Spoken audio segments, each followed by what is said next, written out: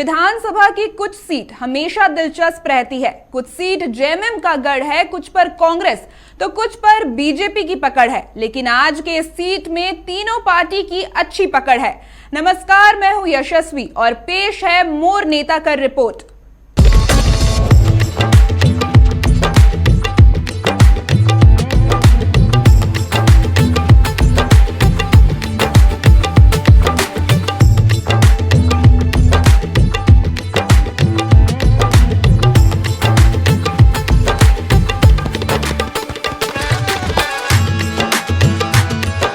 आज हम मांडर विधानसभा की बात करेंगे।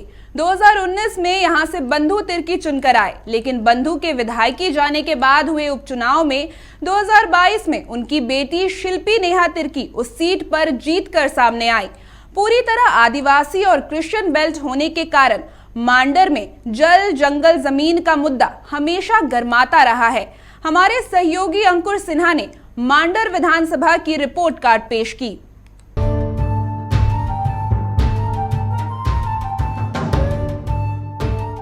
रांची से 30 किलोमीटर दूर ये है मांडर। लोहरदगा लोकसभा के अंतर्गत आने वाला मांडर अपने ऐतिहासिक धरोहर और सब्जी उत्पादन के लिए जाना जाता है। छोटे से टाउन के इर्द गिर्द बसा मांडर एक टिपिकल झारखंड का ग्रामीण इलाका माना जाता है। तो हम पहुंच गए हैं मांडर, जो कि रांची से लगभग 40 किलोमीटर दूर है। और ऐसे में मांडर में गांव में क्या समस्याएं हैं, लोगों की क्या परेशानी है, ग्रामीण क्षेत्रों में जो योजनाएं चल रही हैं, क्या उन योजनाओं पर काम हो रहा है, तमाम चीज़ें हम जानेंगे। मांडर के गांव में जब हम जाएंगे तो तमाम चीज़ देखने को मिलेगा। आइए हम आपको दिखाते हैं कि मांडर की कहानी क्या है।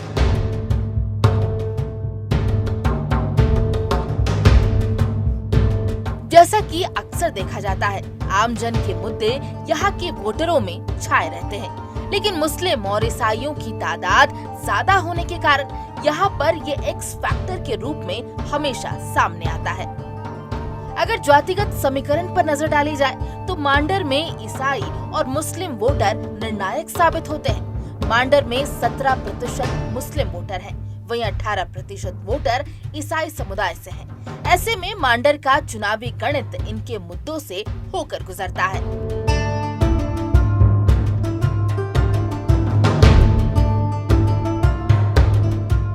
मांडर की जमीन हमेशा से किसानों के लिए एक जन्नत साबित हुई है। ब्राह्मबे, रातू, बुढ़मू जैसे इलाके सब्जी उत्पादन के लिए उपयुक्त माने जाते हैं, लेकिन क्या यहाँ के किसानों को वो जमीन मिली है या नहीं? तो समाचार प्लस की टीम आज रांची से 40 किलोमीटर दूर मांडर गांव में पहुंची है और जमीनी हकीकत गांव की क्या है वो दिखाने के लिए हम यहां पर पहुंचे हैं। और इस वक्त हम मांडर में हैं। मेरे पीछे जो आप नज़ारा देख रहे हैं वो मांडर का एक गांव है और यहां पर जो है खेती हो रही है, फूलगोभी की खेती हो रही है। और जो किसान जो हैं यहाँ पर काम कर रहे हैं, काफ़ी धूप है, काफ़ी गर्मी है, इसके बावजूद यहाँ पर तमाम किसान जो है वो काम कर रहे हैं। हम किसानों से ही बात करेंगे कि आखिर इनको क्या परेशानी होती है, क्या बारिश नहीं हो रही है, तमाम दिक्कतें क्या होती है। आपको ये बताइए कि कैसे आप लोग काम करते हैं, इतना समस्या है उसके बावजूद। कैसे करते हैं उसको तो हम ही लोग जानते हैं। क्या है कि किसान का मजबूरी को किसाने समझेगा। सुबह 5 बजे उठ के लगभग 11 बजे तक खेत में रहना बहुत दिक्कत है, लेकिन पानी का भी मतलब अभी थोड़ा सा। अच्छा, क्या सरकार से कुछ सहयोग मिलता है? क्या जो योजना, तमाम योजना, नल जल योजना जो है सब आप लोग को मिल रहा है, सब सुविधा?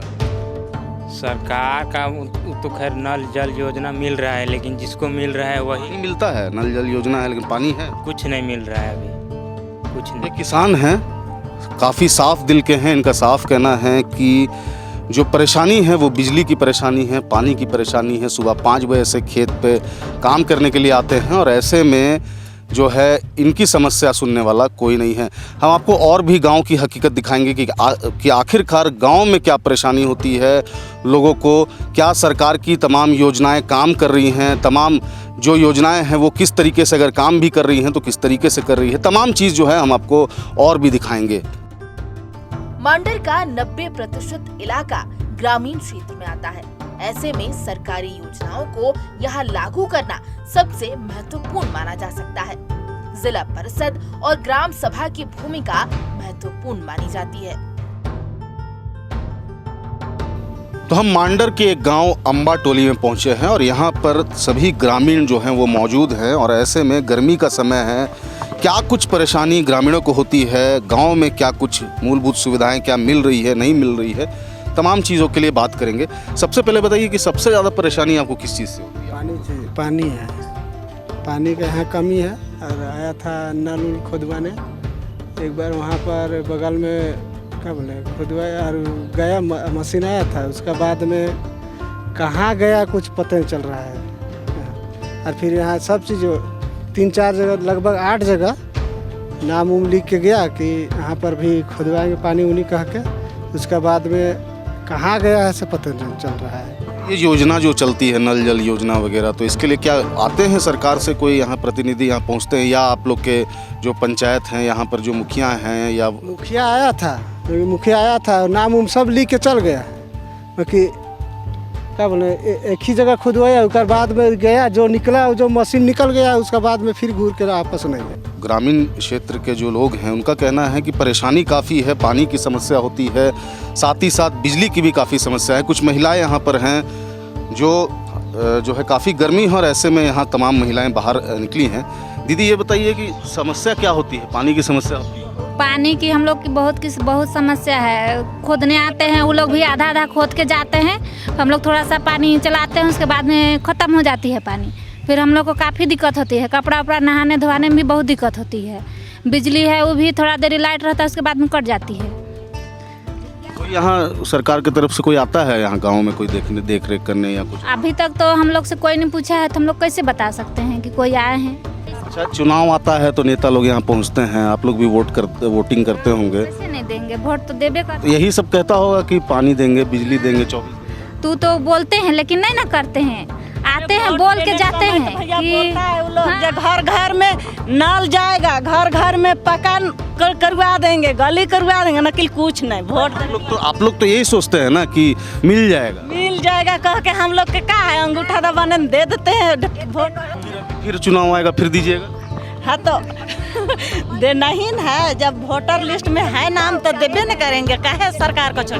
सरकार मतलब आप लोग को मिले नहीं मिले वोट तो जरूर करेंगे। वोट तो देंगे। ये तो बहुत बड़ा बात कहा आपने, आप यहाँ के नागरिक हैं, आप लोग वोट जरूर करिएगा, बहुत अच्छी बात कही, लेकिन ये भी पता है कि नहीं मिलेगा। कौन के लेबै से के हम इनके मालूम न खइए, कहते से के हम दे दिए वोट। अब सरकार देबे न घलै के कर, सरकार ने कौन ठिन जाइल कौन ठिन हम इनकर वोटवा लुक जाइल कि का होइल कैसे जान। काफ़ी बड़ी बात जो है यहाँ के महिलाओं ने कहा है कि वोट ज़रूर देंगे, भले ही पानी मिले बिजली ना मिले। ऐसे में इनका कहना है कि हर बार जो है वोट देते हैं, नेता पहुँचते हैं यहाँ पर वोट मांगने के लिए और बिजली और पानी की जो तमाम वादे हैं वो किए जाते हैं, लेकिन फ़िलहाल अगर बात करें गांव की तो यहाँ पर इस गांव में फ़िलहाल ना ही पानी है ना ही बिजली है और ऐसे में ही तमाम जो ग्रामीण हैं वो यहाँ पर रह रहे हैं। और क्या क्या समस्या हैं तमाम चीज़ें जानेंगे आगे भी। हमारी रिपोर्ट में बिजली और पानी की समस्या नजर आई। अब उनकी बात सुनते हैं जिन्हें इलाके के विकास की जिम्मेवारी दी गई है। तो मांडर के अंबा टोली के ग्रामीणों का कहना है कि पानी की काफ़ी समस्या है और ऐसे में हम बात करेंगे यहाँ की जिला परिषद से और जानेंगे। विनोदी जी ये बताइए कि ग्रामीणों का कहना है कि पानी की काफ़ी समस्या है, कोई देखने वाला नहीं है, कोई पूछने वाला नहीं है, आप जिला परिषद हैं यहाँ की, कैसे आप जो है समस्या दूर करती हैं, कैसे आप लोग दिक्कत का सामना? देखिए, ग्रामीण क्षेत्र का जितना भी ग्रामीण वासी है सभी का कहना है और हम लोग ज़मीनी स्तर से देख रहे हैं, सही में पानी का काफ़ी दिक्कत है। अभी तो किसी तरह इधर उधर से हम लोग चला ले रहे हैं, लेकिन सरकार से रिक्वेस्ट करते हैं और जितने भी जल नल योजना के तहत काम आने वाली है वो थोड़ा जल्दी करें। और वाकई में ग्रामीणों का भी कहना है कि ना तो विधायक यहाँ पर आई हैं और ना ही सांसद जो हैं क्षेत्र का दौरा किए हैं। ऐसे में वाकई में काफ़ी दिक्कतों का सामना यहाँ के ग्रामीणों को करना पड़ रहा है। झारखंड में स्वास्थ्य सेवा हमेशा सवालों के घेरे में रहती है, लेकिन कोविड के बाद तस्वीरें साफ हो रही हैं। मांडर क्षेत्र की गांव की जमीनी हकीकत हमने दिखाया। अब हम आ गए हैं मांडर के कुपोषण उपचार केंद्र में और यहाँ पर कुपोषण उपचार केंद्र में माँ और बच्चों को कैसे रखा जाता है, क्या कुछ सुविधाएं दी जाती है, ये तमाम चीज़ें जानेंगे। फिलहाल हम आपको दिखाना चाहेंगे कि ये मांडर का उपचार केंद्र है। यहाँ पर जो कुपोषित बच्चे जो जिस कह सकते हैं लो वेट के होते हैं, उन्हें यहाँ पर रखा जाता है और जब तक उनका वेट सामान्य ना हो उन्हें जो है यहीं पर रखा जाता है। साथ ही साथ जो उनकी माँ होती हैं उन्हें खाना दिया जाता है, साथ ही साथ पैसे भी मिलते हैं। ये कुपोषण उपचार केंद्र है मांडर का और हम अंदर घुस रहे हैं और अंदर की हकीकत जानेंगे। कुपोषण उपचार केंद्र कैसे काम करता है, क्या कुछ यहाँ पर सुविधाएं माँ और बच्चों को दी जाती है और क्या कुछ तमाम सुविधाएं हैं। ये बताइए दीदी कि ये उपचार केंद्र में क्या सुविधाएं जो है माँ बच्चों को? बच्चा को 2-2 घंटा में फीड देते हैं और माँ को पर दिन 130 रुपया मिलता है। तो कुपोषण उपचार केंद्र में आप देख सकते हैं यहाँ पर माँ और बच्चे जो हैं यहाँ पर हैं और खाना जो है वो देख सकते हैं यहाँ पर चावल दाल सब्जी भुजिया जो है वो यहाँ पर मिल रहा है। खाना जो है काफ़ी अच्छा है देखने में। ये बताइए कि क्या क्या सुविधाएं आप लोगों को मिलती है यहाँ पे? जैसे घर में जो भी सुविधा हम लोग बच्चों के लिए रखते हैं यहाँ वो सारी चीज़ें मिलती है। बच्चों को टाइम से खाना मिल रहा है। यहाँ पे डॉक्टर भी अवेलेबल हैं। डॉक्टर यहाँ पे चेक करके बच्चों को मेडिसिन देते हैं और वो टाइम से हम लोग को फीडिंग करवाना पड़ता है, साथ में मेडिसिन भी देना पड़ता है। यहाँ पे जो भी सिस्टर लोग हैं टाइम से आती हैं, चेक करती हैं, हमें गाइड करती हैं और जितनी भी और जानकारी हमें चाहिए मतलब नर्सिंग को लेकर के, बच्चों को फीडिंग करवाना या फिर बच्चे को कैसे रखना है, तो ये सारी चीज़ें मतलब टाइम से वो लोग डेली हम लोग को काउंसलिंग करती हैं, डेली आकर के हमको बताती हैं। तो इससे बहुत हेल्पफुल हो रहा है हम लोग के लिए। यह है मांडर का कुपोषण उपचार केंद्र और यहाँ पर तमाम सुविधाएं देखने को मिल रही है। माँ बच्चों को यहाँ पर जो है बहुत ही अच्छे से देख रेख किया जाता है। साथ ही साथ 130 रुपया प्रतिदिन जो है माँ को दिया जाता है और 3 टाइम का खाना कुपोषण उपचार केंद्र में दिया जाता है। तो ऐसे में कह सकते हैं कि मांडर का कुपोषण उपचार केंद्र जो है वो सुचारू रूप से चल रहा है और माँ बच्चों का ख्याल जो है वो भी यहाँ पर खास जो है वो रखा जा रहा है। तो ऐसे में कह सकते हैं कि अगर बात करें स्वास्थ्य सुविधाओं की तो यहाँ पर मांडर में कुपोषण उपचार केंद्र में स्वास्थ्य सुविधा अच्छी देखने को मिली है। प्राथमिक सेवा केंद्र की स्थिति ज्यादातर इलाकों में अच्छी नहीं होती है। मांडर की स्वास्थ्य की स्थिति जानने हम उसके गढ़ तक पहुँचे। हाँ, डॉक्टर की कमी तो है। जैसे डॉक्टर अवेलेबल यहाँ करा दिया जाता है, करा देने के बाद इधर उधर वो लोग को डिप्यूटेशन कर दिया जाता है, तो फिर यहाँ पर तो अभाव हो जाता है। जो डॉक्टर रहते हैं एक ही डॉक्टर को दिन रात करना पड़ता है। अपने में मैनेज करते रहते हैं सब। जैसे कि अभी मेरे पास हैं लेडी डॉक्टर हैं 4-5 है, तो लोग आपस में ही मैनेज कर रहे हैं। हाँ, डिलीवरी अभी तो उसका सीज़न नहीं है, सीज़न कम है ना, तो सीज़न में बहुत ज़्यादा केस आते हैं। डॉक्टर्स की कमी है तो भी वर्क कभी कम नहीं होता है। गवर्नमेंट हॉस्पिटल में हम लोग ओवर वर्क करेंगे लेकिन कभी ऐसा कुछ खाली नहीं जाता है। और वर्कलोड जहाँ है तो यहाँ ऐसा नहीं कि सिर्फ मांडर के ही पेशेंट हैं। आपको इधर बुढ़मू से, इधर रातू से, चान्हो से और मेडिकल वगैरह कराने के लिए तो संडे को भी आते हैं। विदाउट वर्किंग डे भी सब लोग दूसरे थाना के भी आते हैं। वर्क है तो जितने डॉक्टर्स हैं उसी में बांट के किया जाता है किसी तरह। वर्कलोड तो है, पेशेंट है। अभी गर्मी के कारण कुछ ओपीडी में कम है, लेकिन पेशेंट लोड है यहाँ के विधायक हमेशा से विकास की बातें करते हैं, लेकिन विकास कितना हुआ है ये आप तस्वीरों में देख सकते हैं। आज तक मांडर में कोई बड़ा उद्योग नहीं लग पाया है और यहाँ के नेता हमेशा अपनी जमीन तलाशने में लगे रहते हैं। 2005 में बंधु तिर्की यूनाइटेड गोवंश डेमोक्रेटिक पार्टी से चुनकर विधायक बने। 2009 में एक बार फिर बंधु तिर्की झारखंड जनाधिकार मंच बनाकर विधायक चुन लिए गए। 2014 में बंधु तिर्की को भारतीय जनता पार्टी की गंगोत्री कुजूर से हार मिली। वहीं 2019 में बाजी पलट गई और एक बार फिर झारखंड विकास मोर्चा के टिकट पर बंधु तिर्की विधायक बने। 2022 में आय से अधिक मामले में बंधु तिर्की की विधायकी चली गई। ऐसे में 2022 में हुए उपचुनाव में उनकी बेटी शिल्पी नेहा तिर्की ने कांग्रेस के टिकट पर मांडर की सीट पर कब्जा जमाया। जब हमने शिल्पी से उनके सपनों के मांडर के बारे में पूछा तो बहुत कुछ करने की बात तो सामने आई, लेकिन 2024 में किस विकास की तस्वीर को लेकर शिल्पी मैदान में जाएंगी, इस पर सवाल है। अब हम आ गए हैं मांडर की विधायक शिल्पी नेहा तिर्की के पास और उनसे जानेंगे कि मांडर में अभी फिलहाल क्या विकास का काम अभी चल रहा है। मैम, जब आप विधायक बनी उसके बाद किन किन योजनाओं पर काम आपने किया? देखिए, मुख्य रूप से चुनाव जीतने के बाद मेरी दो बड़ी उपलब्धियां हैं अपने क्षेत्र में। कई वर्षों से मांडर कॉलेज और बेड़ो कॉलेज जो है वो उसका जो कॉलेज का निर्माण है वो जैसा था वैसा ही रहा, कभी उसमें कोई बदलाव नहीं हुआ। कई सारे सांसद विधायक, मगर उसमें कोई कह सकते हैं जिसको सुधार नहीं हुआ उन कॉलेजेस में।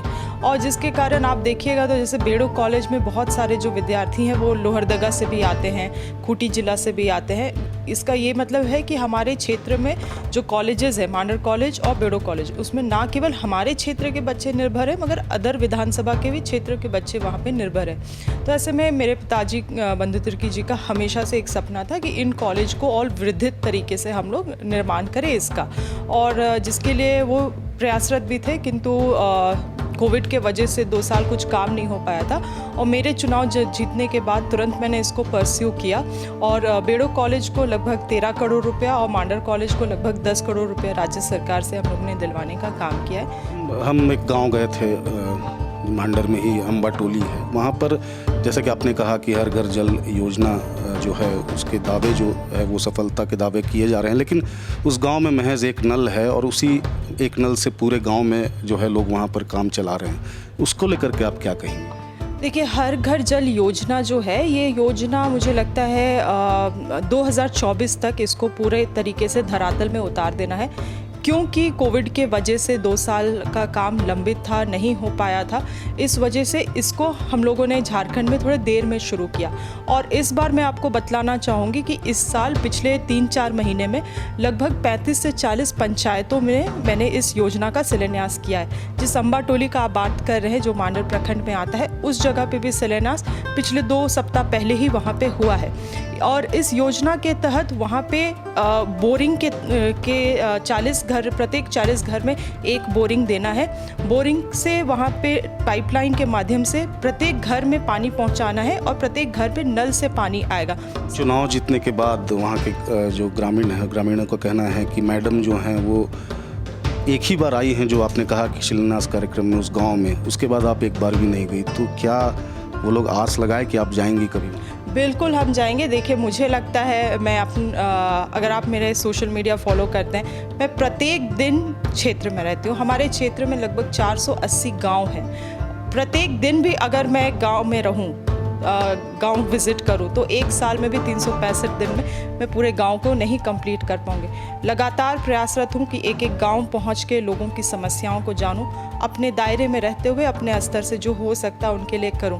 1 साल मुझे हुआ है, पिछले साल इसी महीने मैं चुनाव जीती थी और अब 1 साल हो रहा है। और इस दरमियान कई सारे गाँव हम जा चुके हैं और बहुत सारे गांव हम 2 बार गए हैं, 3 बार गए हैं, कई सारे गांव 1 बार गए हैं, कई सारे ऐसे गांव हैं जहां अभी तक हम पहुंचे भी नहीं हैं। मेरे पास और कुछ 1.5 साल का वक्त है। इस समय बिल्कुल प्रयास रहेगा कि एक एक गांव तक पहुंचूं और लोगों की समस्याओं का समाधान कर पाऊँ। मांडर के किसानों की अगर बात करें तो वहाँ के किसान भी जो हैं कहीं ना कहीं जो फूड प्रोसेसिंग जितनी मशीन्स है वहाँ पर कमी देखी गई, और इसके लिए किसानों के लिए क्या आप एज अ विधायक जो हैं वो करें? देखिए, JCLPS के माध्यम से अभी कुछ फूड प्रोसेसिंग यूनिट सब खोला गया है SHG के माध्यम से, और वो सभी चीज़ों को क्रियान्वित करने के लिए हम लोग तत्पर हैं। इसके अलावे खास से हम लोग किसानों के लिए, क्योंकि मुझे लगता है कुछ ऐसे जगह हैं जहाँ पे अगर किसानों को सिंचाई का प्रावधान हम लोग दें तो वहाँ पे वो लोग और अच्छा कर सकते हैं। तो ऐसे अपने प्रत्येक, मेरा क्षेत्र में 5 प्रखंड पड़ता है, 5 प्रखंड में एक जगहों को हम लोग चिन्हित किया है और अभी हम लोग उन किसानों से बातचीत करने के प्रक्रिया में है कि अगर उनकी भी सहभागिता रही तो हम लोग वहाँ पे लिफ्ट इरिगेशन या बोरिंग जो भी चीज़ हो वहाँ पे उन लोगों को देने का काम करेंगे। हम जब मांडर गए थे तो वहाँ रेफरल अस्पताल गए। ऐसा नहीं है कि हमेशा खामियां ही निकालेंगे, वहाँ पर जो कुपोषण उपचार केंद्र है वो काफ़ी अच्छा है, काफ़ी सुचारू रूप से चल रहा है। लेकिन रेफरल अस्पताल की बात करें तो वहाँ का स्थिति जो है काफ़ी ख़राब है। तो उसको लेकर के क्या आपने? बिल्कुल, मेरे ध्यान में ये बात भी है, आपने सही कहा कि रेफरल अस्पताल में मैं भी जब भी गई हूँ, मुझे लगता है कि वहाँ पे डॉक्टर, स्टाफ सभी अपने स्तर से बहुत अच्छा काम कर रहे हैं। मगर हाँ, कमी है, मगर जो स्टाफ अभी हैं वहाँ पे, चाहे वो कुपोषण सेंटर की बात हो या जो रेफरल अस्पताल की बात हो, जो कैपेसिटी में वो हॉस्पिटल है अभी लोग बहुत अच्छी तरीके से काम कर रहे हैं। मगर क्योंकि ये रेफरल अस्पताल है, मुझे लगता है ये लगभग 40-50 साल अब हो रहे हैं इस अस्पताल को, अब समय आ गया है इस अस्पताल को और ज़्यादा विकसित किया जाए। संदेश आप हमारे चैनल के जो है तरफ से दें कि मांडर की जनता जो है, मांडर की जनता विधायक को सुनना चाहती है, क्या कुछ कहेंगे? देखिए, मुझे मांडर की जनता से अपार प्यार है। मुझे 1 साल हो रहा है और आपके चैनल के माध्यम से मैं अपने जनता के अपने क्षेत्र के एक जन को मैं तहे दिल से धन्यवाद करना चाहती हूँ कि आप लोगों ने मेरे कंधों पे इतनी बड़ी जिम्मेदारी डाली है और लगातार आप लोग सहयोग भी कर रहे हैं, मुझे सराह भी रहे हैं। तो मुझे लगता है नेता को सहराने का काम, आगे बढ़ाने का काम, उसको हिम्मत देने का काम जनता ही करती है। तो मेरी जनता उसको बहुत बेखूबी से निभा रही है और मैं आशा करती हूँ कि आने वाले समय में आपके सभी जितनी भी आवश्यकताएं हैं, जितनी भी ज़रूरत है, उन सभी पे अपेक्षाएं हैं, उन सभी पे खरे उतर सकूँ। बिल्कुल, तो ये हैं मांडर की विधायक शिल्पी नेहा तिर्की, जिनका कहना है कि वो मांडर की जनता के साथ हैं और उनकी जो भी समस्या है उनकी समस्या को समाधान जो है वो विधायक करेंगी। मांडर की सियासत की जमीन पर आज भी बंधु तिर्की और उनके परिवार का वर्चस्व दिखता है, लेकिन जमीनी हकीकत विकास से कोसों दूर है। शिक्षा और कृषि के क्षेत्र में मांडर में अपार संभावनाएं दिखती है, लेकिन बड़ा सवाल ये है कि राजनीतिक प्रयास कितना रहेगा। रांची से सटे होने के बावजूद मांडर में विकास की तस्वीरें वैसी नहीं है जैसी होनी चाहिए थी, लेकिन हाँ, जमीन से लगाव यहाँ साफ दिखा। कृषि प्रधान इलाका होने के कारण यहाँ पलायन कम है, लेकिन कोई बड़ा उद्योग यहाँ आज तक नहीं लग पाया है।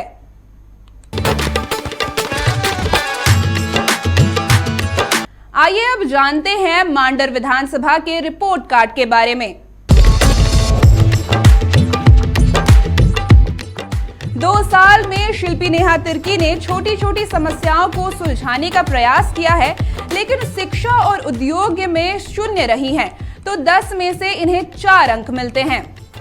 शिल्पी नेहा तिर्की अपने क्षेत्र में दिखती तो हैं, लेकिन समय उनका सामाजिक कार्यों में ही निकल जाता है। विधानसभा में मुखर हैं तो 10 में से 6 दिया जा सकता है।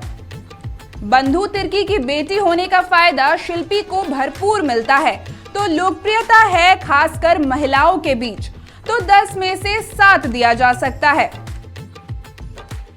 आज के इस मोर नेता का रिपोर्ट में इतना ही। अगली बार फिर एक विधानसभा, फिर एक रिपोर्ट। नमस्कार।